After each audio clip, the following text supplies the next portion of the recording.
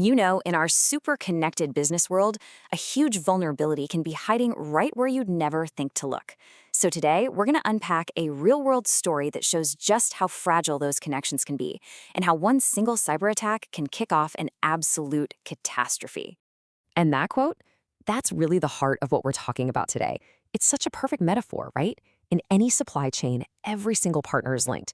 And if one of them falls, even one you don't work with directly, that shockwave can come crashing right to your front door. All right, so to really get how this domino effect works, let's start with the first piece of the puzzle, what I'm calling the unseen domino.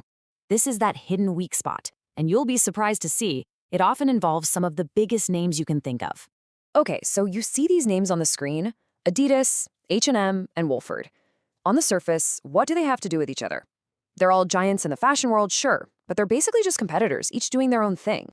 But what if there's a thread connecting all of them, a critical dependency they all share that's totally hidden from view?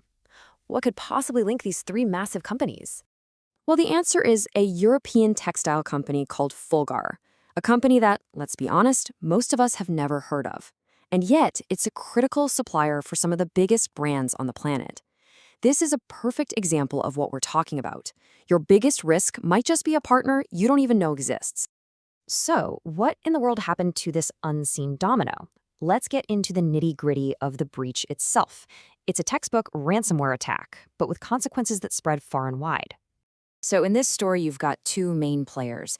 The target was Fulgar, our textile supplier, and the attacker was a pretty well-known ransomware group called Ransom House.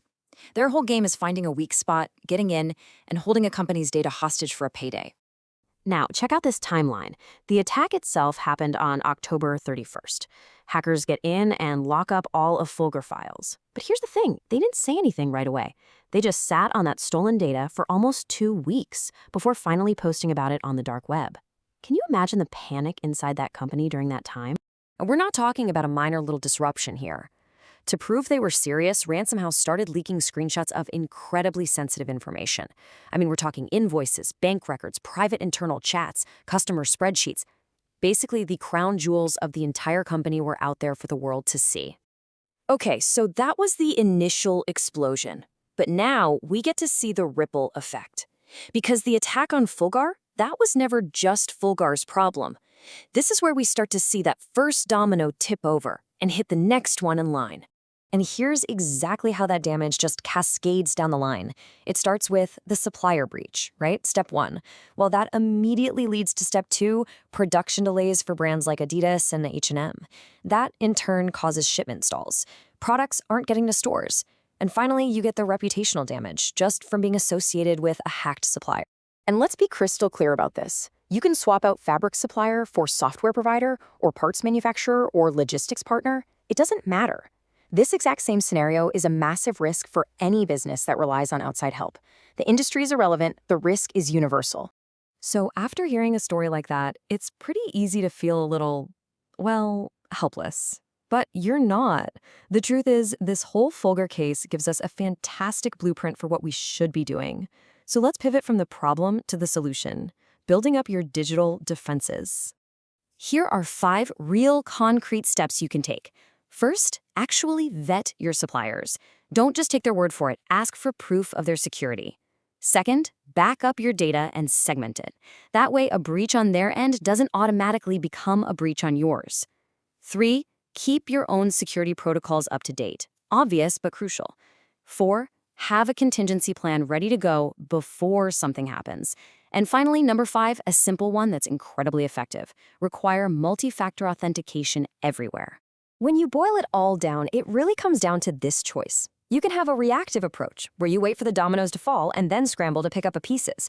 Or you can have a proactive approach, where you secure your dominoes and your partner's dominoes before they even start to wobble. The difference between the two is, well, everything. And that brings us to our final and maybe the most important takeaway from all of this. It's about a fundamental shift in how we think about cybersecurity. It's a shared responsibility.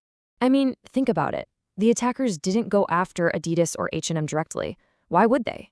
They went after the smaller, less defended supplier. The Fulgar breach is this powerful reminder that hackers will always look for the path of least resistance. To them, every company, big or small, is just a potential doorway. So we have to end with this question. If security really is a shared responsibility, a team sport, then you have to ask yourself, who is my weakest link? Is it a supplier, a contractor, a piece of software? Because as this whole story shows, that's the one domino that could bring everything else crashing down.